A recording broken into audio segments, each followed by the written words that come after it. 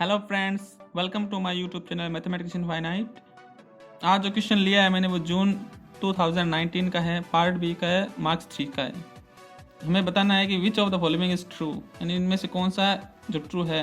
पहला ऑप्शन दे रखा है हमें कि सिग्मा एन 1 टू इन्फिनिटी -1 की power n by n does not convergent. तो हम चेक करते हैं इसके लिए। ऑप्शन ए सबसे पहले तो हमें इस प्रकार से गिवन है n 1 टू इन्फिनिटी -1 की पावर n बाई n। तो ये हम देख सकते हैं किस प्रकार की सीरीज है। ये एक अल्टरनेटिव सीरीज है। तो ये सीरीज अल्टरनेटिव सीरीज है, तो हम इस पे कौन सा टेस्ट लगा सकते हैं? लेबनिज टेस्ट अप्लाई करके देख सकते हैं। और लेबनिज टेस्ट की कंडीशन क्या होती है कि जो उसमें 1 बाई इसमें दे रखा 1 बाई n, तो ये जो दे रखा है ये हमेशा कैसा होना चाहिए? ये हमेशा मोनोटोनिक प्लस डिक्रीजिंग होना चाहिए। तभी हम जो कंडीशन है लेबनिज टेस्ट की वो अप्लाई कर सकते हैं। तो हमारे पास 1 बाई n है और 1 बाई n हमें पता है क्या होता है, ये मोनोटोनिक डिक्रीजिंग होता है और n टेंड टू इन्फिनिटी पे ये 0 होता है। तो लेबनिज टेस्ट अप्लाई करने पर हम देखते हैं कि ये जो सीरीज है वो कैसी है। ये जो सीरीज है n टेंड टू इन्फिनिटी पे 1 बाई n क्या होगा? 0 हो जाएगा। और 0 हो जाएगा तो इसका मतलब कैसा हो जाएगा? ये लेबनिज टेस्ट से कन्वर्जेंट हो जाएगा। लेकिन हमें यहाँ पे जो गिवन है ए इज नॉट कन्वर्जेंट, तो ऑप्शन ए गलत हो गया। अब चलते हैं ऑप्शन बी की ओर। तो ऑप्शन बी बता रहा है कि n 1 to infinity 1 by n दे रखा है हमें। तो यहाँ पे हम इस पे पी सीरीज टेस्ट अप्लाई करेंगे। अब पी सीरीज टेस्ट क्या है? आपको पता है कि सिग्मा 1 बाई n की पावर p अगर आपको गिवन है, यह कन्वर्जेंट कब होगा? जब p इज ग्रेटर देन 1। और ये डाइवर्जेंट कब होगा? जब p is less than equal to 1, less than equal to 1।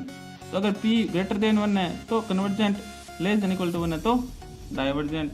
अब यहाँ पे n की पावर कितनी है? यहाँ पे n की पावर है 1, ठीक है। तो n की पावर यहाँ पे 1 है, इसका मतलब कौन सी कंडीशन अप्लाई हो रही है इस पे? p is equal to 1, p is equal to 1 हो गया। इसका मतलब कैसा हो गया? ये डाइवर्जेंट हो गया। तो ऑप्शन जो बी है इसने कहा ये क्या है? कन्वर्जेंट।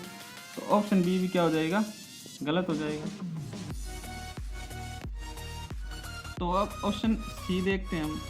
ऑप्शन सी में गिवन है sigma m 1 to infinity sigma n 1 to infinity 1 by m plus n का होल स्क्वायर इज कन्वर्जेंट और इज डाइवर्जेंट। तो ऑप्शन सी और डी दोनों एक ही साथ आ जाएंगे।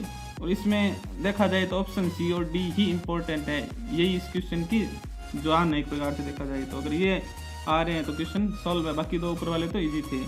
तो इसको सॉल्व करने के लिए हम सबसे पहले जो सिग्मा ये दे रखा है इक्वल टू 1 टू इन्फिनिटी, इसको ओपन करेंगे। तो हमारे पास देखो क्या आता है, m equal to 1 to infinity. इसको हटाएंगे तो हमारे पास आएगा, अंदर लिख लेता हूँ मैं, m प्लस 1, जहाँ n है वहाँ 1 आ गया, प्लस जहाँ n है वहाँ 2 आ गया। इस प्रकार से जहाँ n है वहाँ 3 लिख दिया मैंने। इस प्रकार से कहाँ तक जाएगा? वो इन्फिनिटी तक जाएगा, ठीक है। अब मैं सिग्मा को अंदर ले जाता हूँ तो मेरे पास आएगा sigma m 1 to infinity 1 by m plus 1 का whole square plus sigma m equal to 1 to infinity 1 by m plus 2 का होल स्क्वायर। इस पे लगाएंगे sigma m plus 2 sigma M equal to 1 to infinity sorry, और 1 by M plus 3 का whole square. इस प्रकार से चलते जाएंगे, ठीक है, ये 1 है। अब हम अलग अलग को लेते हैं और सिग्मा को हटाते हैं।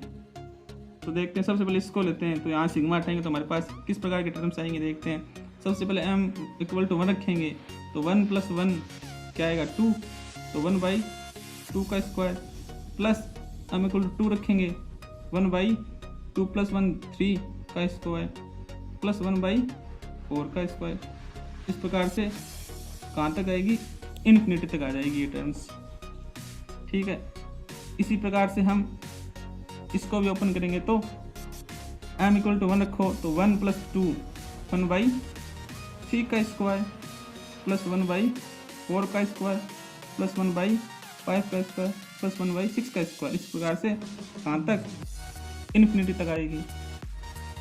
इसी प्रकार से मैं इसको भी ओपन कर सकता हूँ, तो ये आएगा 1 बाई, यहाँ हम इक्वल टू 1 रखेंगे तो 4 हो जाएगा, 1 बाई 4 का स्क्वायर, प्लस 1 बाई 5 का स्क्वायर, प्लस 1 बाई 6 का स्क्वायर, प्लस 1 बाई 7 का स्क्वायर, और इन्फिनिटी तक ये टर्म्स आएगी। इस प्रकार से मैं इसको लिख सकता हूँ। अब यहाँ पे देखते हैं, सबसे पहले 1 बाई 2 का स्क्वायर देखो इसमें है, केवल एक बार है, फिर आगे 3 का स्क्वायर से शुरू हो रहा है, फिर 4 का स्क्वायर शुरू हो रहा है, यानी कहीं भी आगे 1 बाई 2 का स्क्वायर नहीं है।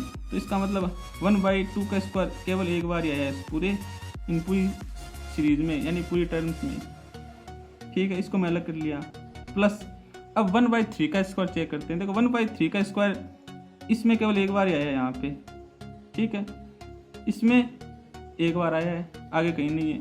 अब इसमें 4 का स्क्वायर से शुरू हो रहा है, इसका मतलब 5 6 यहाँ आगे 3 का स्क्वायर कहीं पर भी नहीं आएगा, तो केवल 2 ही बार आएगा, आगे कहीं भी नहीं आएगा। तो मैं इसको इस प्रकार से लिख सकता हूँ, 1 बाई 3 का स्क्वायर प्लस 1 बाई 3 का स्क्वायर, ठीक है। इसी प्रकार से 1 बाई 4 का स्क्वायर देखो इसमें आया है, इसमें आया है, इसमें आया है।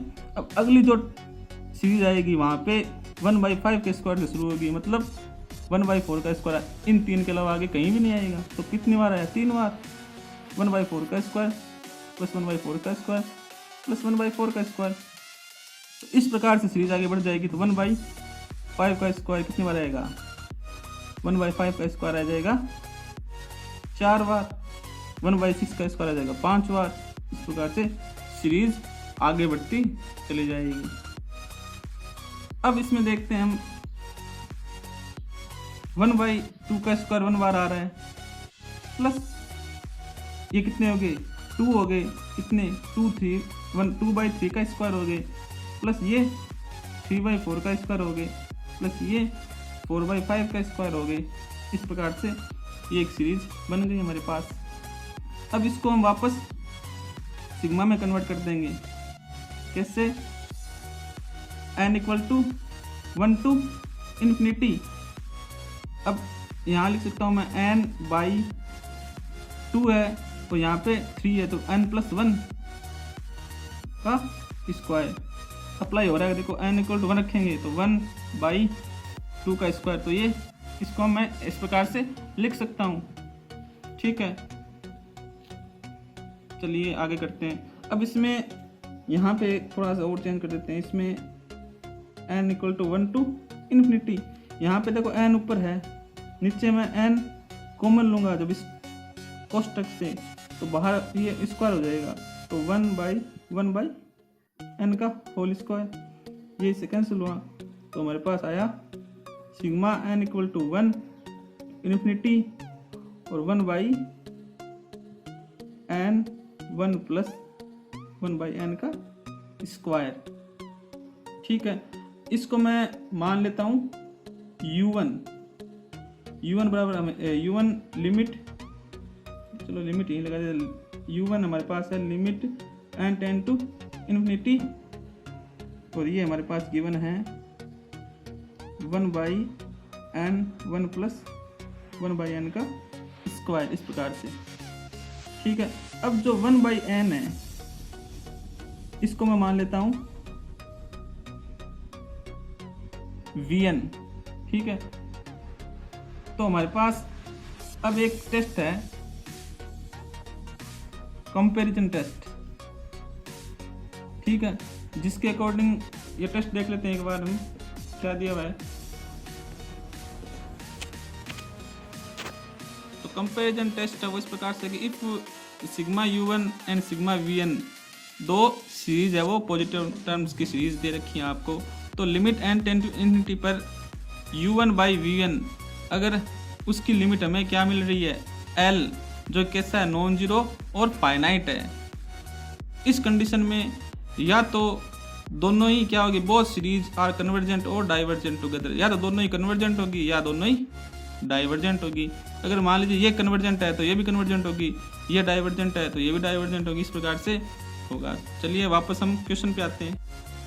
तो यहाँ पे वी एन हमें ये गिवन है, हमने ये मानना है, और यू वन हमारे पास है 1/n 1 + 1/n का स्क्वायर, ठीक है। तो पहले हम लिमिट ले लेते हैं, limit u1 by V N हमारे पास क्या आएगा देखते हैं। u1 बाई u1 तो ये है, बाई वी एन तो 1/n का इसमें डिवाइड करेंगे तो n से n कैंसिल हो जाएगा, इस प्रकार से देखिए, इस प्रकार से कैंसिल हो जाएगा। जब इसको बाई 1/n करेंगे तो ये n ऊपर चला जाएगा, तो n से n कैंसिल, तो हमारे पास क्या है ये limit n tend to infinity 1/1 + 1/n की का स्क्वायर। अब n टेंड टू इन्फिनिटी रखेंगे, जब लिमिट हटाएंगे तो ये 0 हो गया, ये 1 का स्क्वायर हो गया, तो 1/1 1, जो कैसी है नॉन जीरो भी है और फाइनाइट भी है। जब ये कंडीशन अप्लाई, पहली कंडीशन हमारे सेटिस्फाई हो रही है, तो इसका मतलब इस पे हम कंपैरिजन टेस्ट अप्लाई करेंगे। तो वीएन कैसा है, हमने अभी जस्ट किया था, इस पे ऐसा क्वेश्चन जस्ट हमने किया था, देखो ऑप्शन बी में देखिए कैसा था, 1/n कन्वर्जेंट था या डाइवर्जेंट था, ये था पी टेस्ट सीरीज से क्या था, डाइवर्जेंट था। आप वापस से इस वीडियो को रिवर्स कीजिए, पीछे जाइए, देखिए कैसे था डाइवर्जेंट। तो हम सेम उसी ऑप्शन से ये भी कर सकते हैं कि 1/n है वो कैसे हो जाएगा, पी सीरीज टेस्ट से डाइवर्जेंट हो जाएगा, ठीक है। फिर कंपैरिजन टेस्ट कहता है कि वी एन डाइवर्जेंट है तो यू एन भी डाइवर्जेंट होगा। तो ये जो यू एन है हमारे पास आया था, ये कैसा हो जाएगा, डाइवर्जेंट हो जाएगा। तो अब ऑप्शंस पे आते हैं, तो ये कन्वर्जेंट है, गलत हो गया, ये डाइवर्जेंट है, सही हो गया। जैसा कि हमने ऑप्शन अभी लास्ट करा है कि ये डाइवर्जेंट होगा, तो ऑप्शन डी ही केवल सही हो जाएगा। तो इस प्रकार से ये था सीरीज का एक इम्पोर्टेंट क्वेश्चन, क्योंकि इसमें ऑप्शन सी और डी बहुत ही इम्पोर्टेंट ऑप्शंस हैं।